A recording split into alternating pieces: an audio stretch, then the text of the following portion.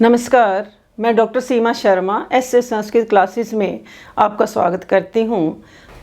तो निज प्रत्यय करते हैं आज हम प्रेरणार्थक क्रियाओं में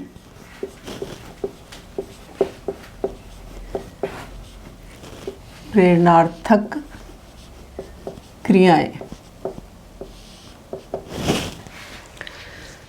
प्रेरणार्थक क्रियाएं यानी जहाँ पर वाक्य में प्रेरणा की प्रतीति होती है वहाँ पर मूल धातु से निच प्रत्यय कर देते हैं।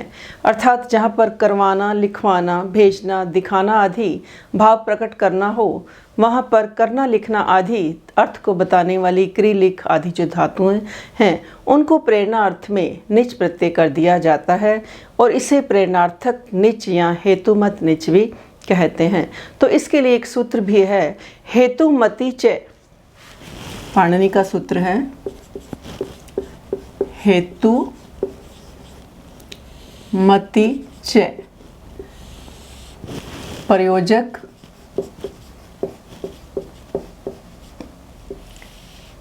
यानी प्रेरणा करने वाले के व्यापार में निच जिसका आय शेष बचता है निच प्रत्यय होता है। निच प्रत्यय होता है।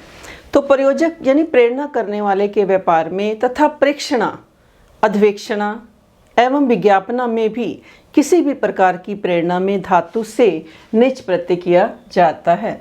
तो प्रयोजक प्रेरणा करने वाले के व्यापार में धातु से निच प्रत्यय किया जाता है। तो धातु से जब हम निच प्रत्यय करते हैं तो निच का क्या शेष बचता है? आय शेष बचता है। जैसे हमने क्या किया पहले कि गम धातु से निच प्रत्यय किया, गम धातु से किया तो निच का क्या शेष बचता है? आय शेष बचता है। तो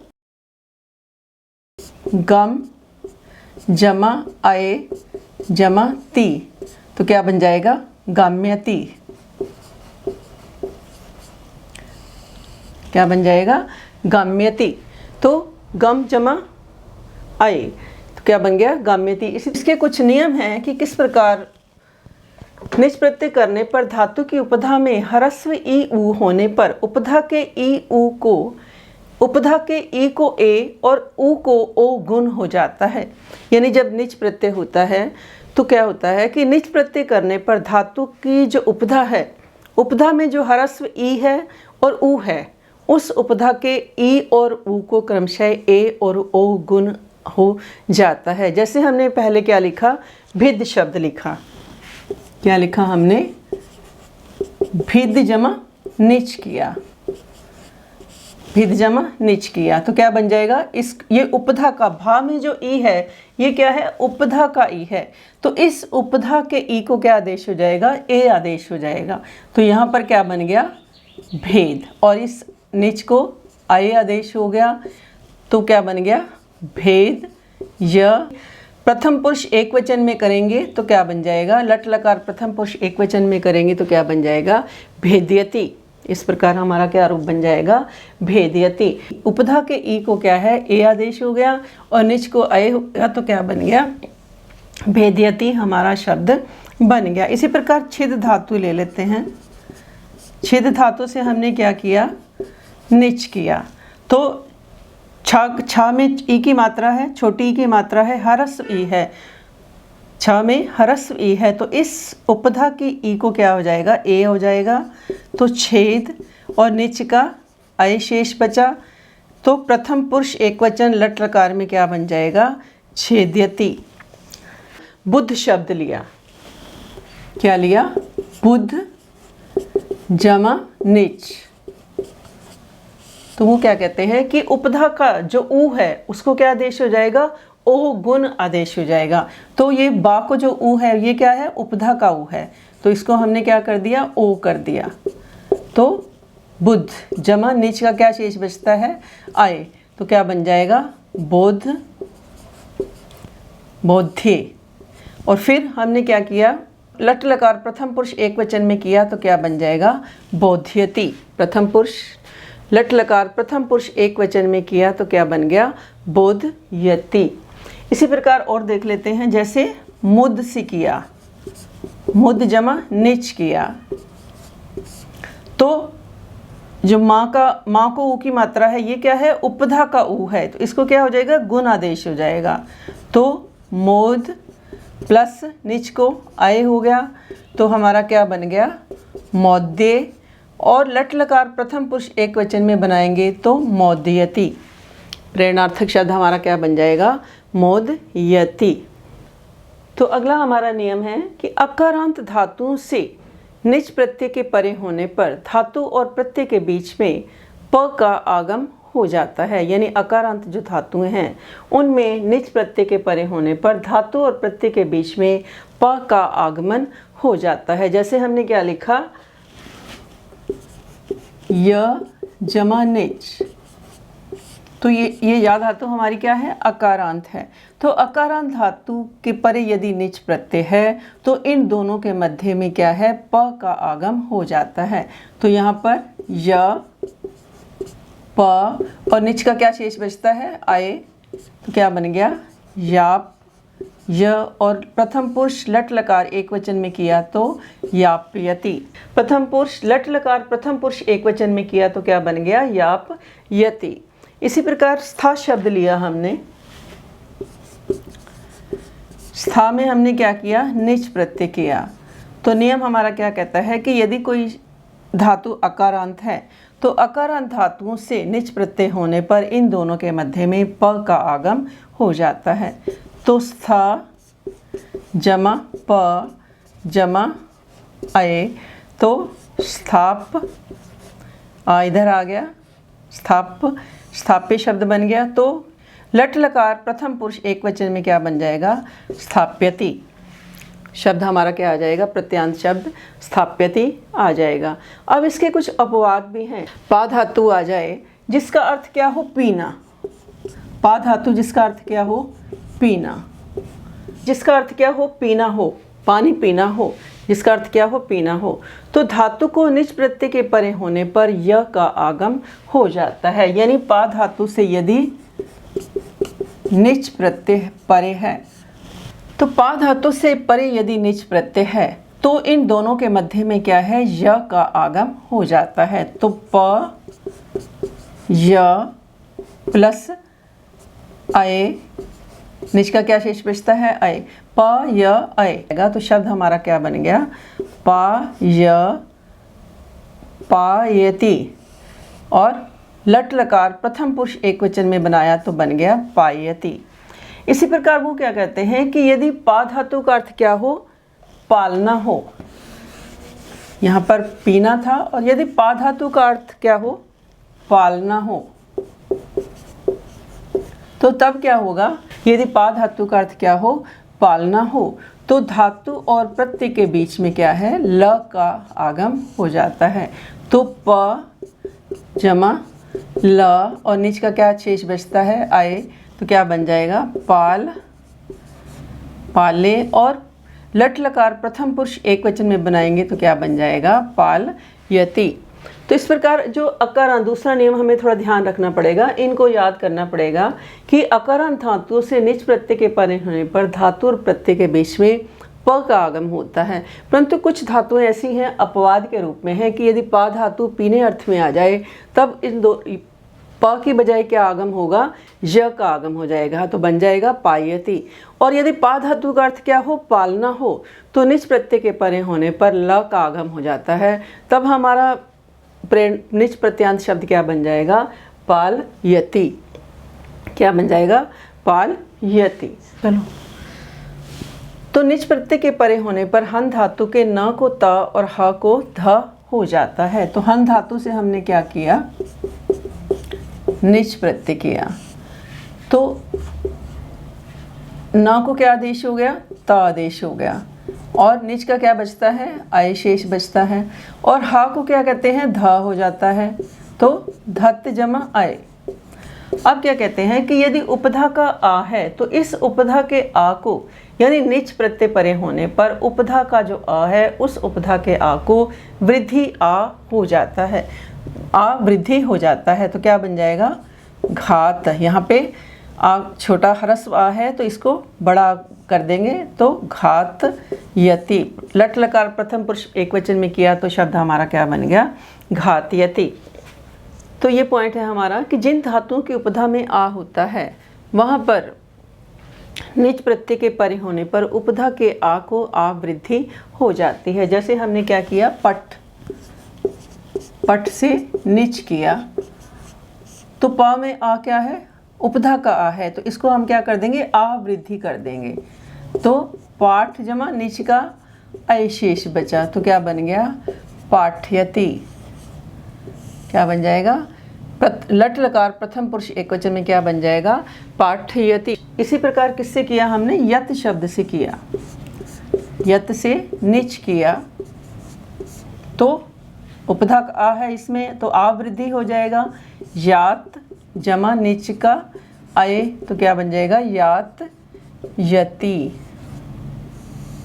क्या बन जाएगा? लट लकार प्रथम पुरुष एकवचन में यात यति। इसी प्रकार नद शब्द ले लेते हैं। नद मैंने शब्द करना, आवाज करना।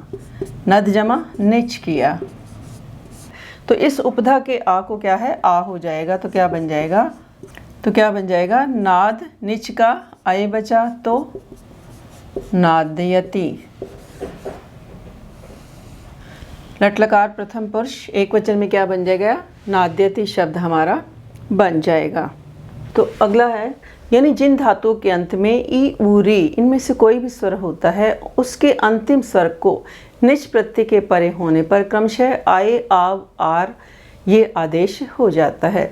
जैसे हमने क्या किया, भू से निच प्रत्यय किया, भू धातु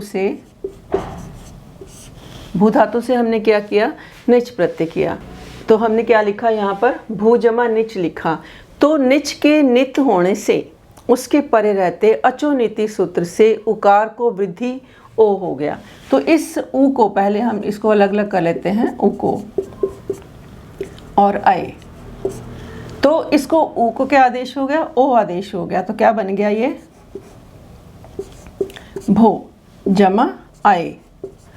अब फिर वो क्या कहते हैं कि जब भो हो गया तो भो जमा आय बन गया हमारा, भो जमा आय आ गया। तो अब उसके बाद क्या कहते हैं कि एक अयाधि संधि है हमारी स्वर संधि में। आप प्लेलिस्ट में जाकर के अयाधि संधि भी देख सकते हैं। हच संधि का एक भेद है अयाधि संधि।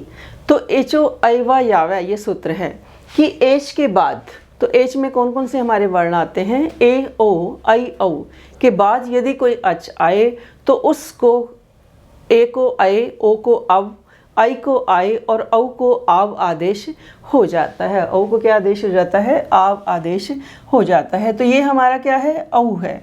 तो यहाँ पर क्या हो गया? औ को आव आदेश हो गया। तो क्या बन गया? भाव जमा आए।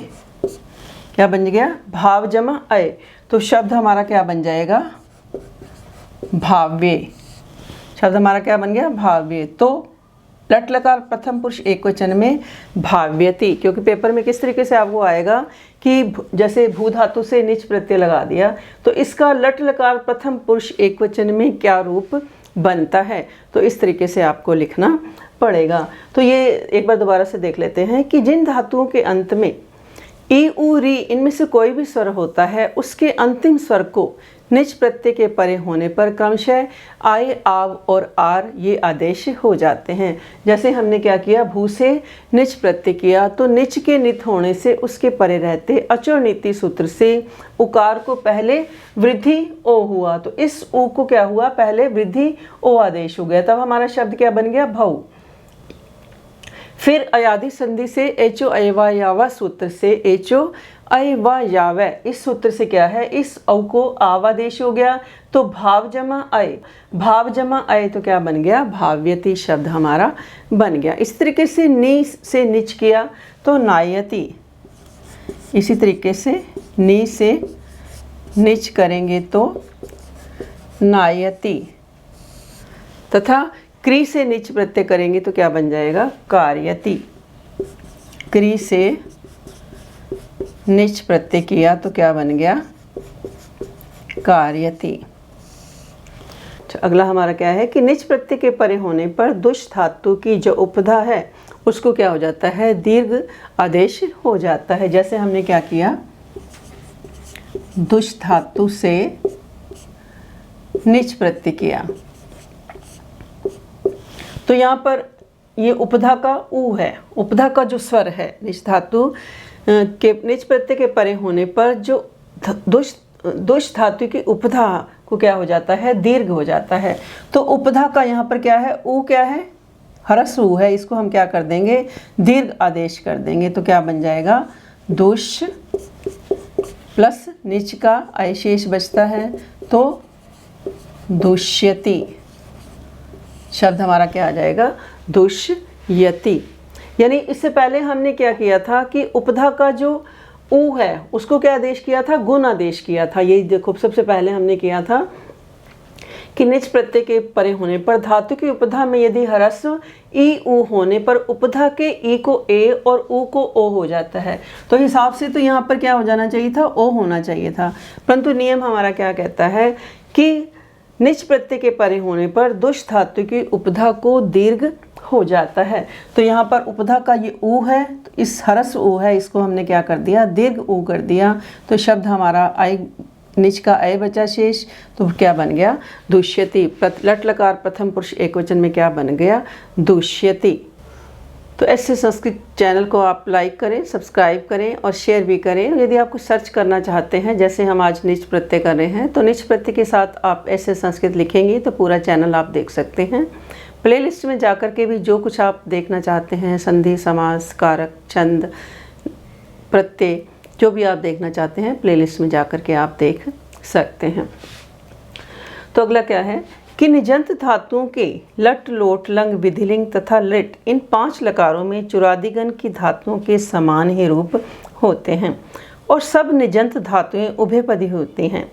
यानी जो हमारी निजंत जब हम प्रत्यय लगाते हैं तो ये धातुएं कैसी हो जाती हैं, उभयपदी हो जाती हैं, यानी परस्मय पद और आत्मनेपद दोनों में इनके रूप चलेंगे।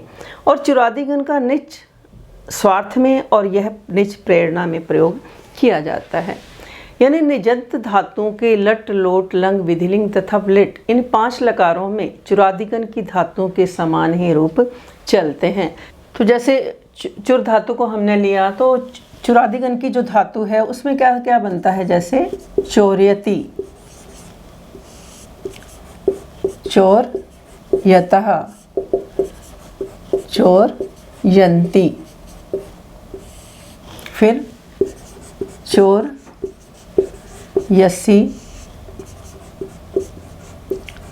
चोर्यथः, चोर्यत्, चोर्यामि,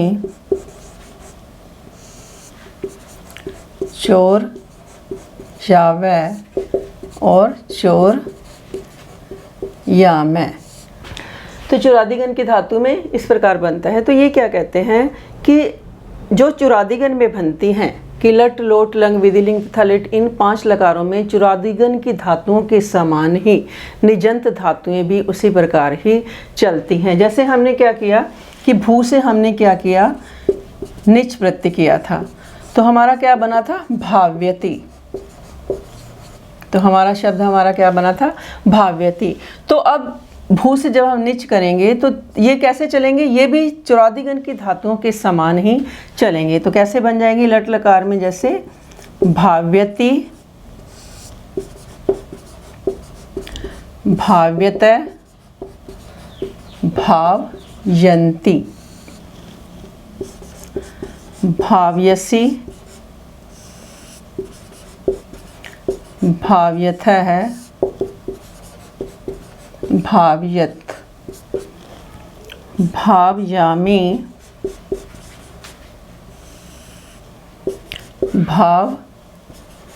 भावयावै और भावयामै। तो ये धातुएं हमारी क्या हैं, जो निजंत प्रत्यय जब हम करते हैं तो धातुएं उभयपदी हो जाती हैं। उभयपदी यानी परस्मय पद में भी और आत्मनेपद में भी, दोनों पदों में ये चलेंगी। तो जब हम इसको, ये हमने किस में लिखा, परस्मयी पद में, ये हमारा क्या है, परस्मयी पद है। तो आत्मनेपद में क्या लिखेंगे, तो क्या करेंगे, भाव्यते। तो आत्मनेपद में कैसे बनेंगे, जैसे इसकी जगह पे हम क्या कर देंगे, ते इते अंते से इथे द्वे ए आवहे आमहे, इस तरीके से हम लगा देंगे। तो प्रेरणार्थक निजंत धातुओं का प्रयोग किस प्रकार किया जाता है, आज हम वाक्य प्रयोग के द्वारा करते हैं। प्रेरणार्थक निजंत धातुओं का प्रयोग सीखते हैं। यथा रामे घटम करोति, कि राम घड़े को बनाता है। तो यहाँ पर घड़ा राम बना रहा है, परंतु उसको प्रेरणा देने वाला कोई भी नहीं है, वो अपने आप ही कार्य को कर रहा है, घट को बना रहा है। अब हम उसको निजंत में यदि प्रयोग करेंगे तो वहाँ पर प्रेरणा देने वाला कोई ना कोई होना चाहिए। तो ये क्या वाक्य है, हमारा एक सामान्य वाक्य है, रामे घटम करोति की एक सामान्य वाक्य है, कर्तृवाच्य का वाक्य है, एक सामान्य वाक्य है। परंतु यदि इसको हम प्रेरणा देने वाला निजंत बनाएंगे, तब यदि हम इसको निजंत में परिवर्तित करेंगे तो कैसे करेंगे कि कोई ना व्यक्ति प्रेरणा देने वाला होना चाहिए। जैसे हमने क्या लिखा, हरि रामेन घटम कार्यति, कि हरि राम के द्वारा घड़े को बनवाता है, हरि राम के द्वारा घड़े को बनवाता है। यानी हरि क्या है कि राम को प्रेरणा दे रहा है, हरि क्या दे रहा है, राम को घड़े बनाने की प्रेरणा दे रहा है। तो क्री धातु से निज प्रत्यय किया तो क्या बन गया, कार्यति। तो हरि रामेन घटम कार्यति। इसी प्रकार सूदय अन्नम पचती, कि रसोईया अन्न को पकाता है, सूदय अन्नम पचती। ये सारे साधारण वाक्य हैं। इसको हम प्रेरणार्थक करेंगे तो तब कैसे करेंगे, जो रसोईया है वो अन्न को पकाता है, तो कोई ना कोई व्यक्ति उसको क्या है, प्रेरणा देने वाला होना चाहिए। तब हम उसमें क्या करेंगे, निच प्रत्यय का प्रयोग करेंगे। जैसे स सुदेन अन्नम पाचयति, स सुदेन अन्नम पाचयति, कि वह रसोइये से अन्न को पकवाता है। इसकी हिंदी क्या होगी, कि वह व्यक्ति, वह रसोइये से अन्न को पकवाता है, जो निच प्रत्यय वाले होंगे। इसमें प्रेरणा का भाव जो है हमें दिखाई देना चाहिए, कि सा सुदेन अन्नम पाच्यति, कि वह रसोइये से अन्न को पकवाता है। तो अगला वाक्य देखते हैं। जैसे नृपय धनम ददाति, नृपय धनम ददाति, कि राजा धन को देता है, राजा क्या है, धन देता है।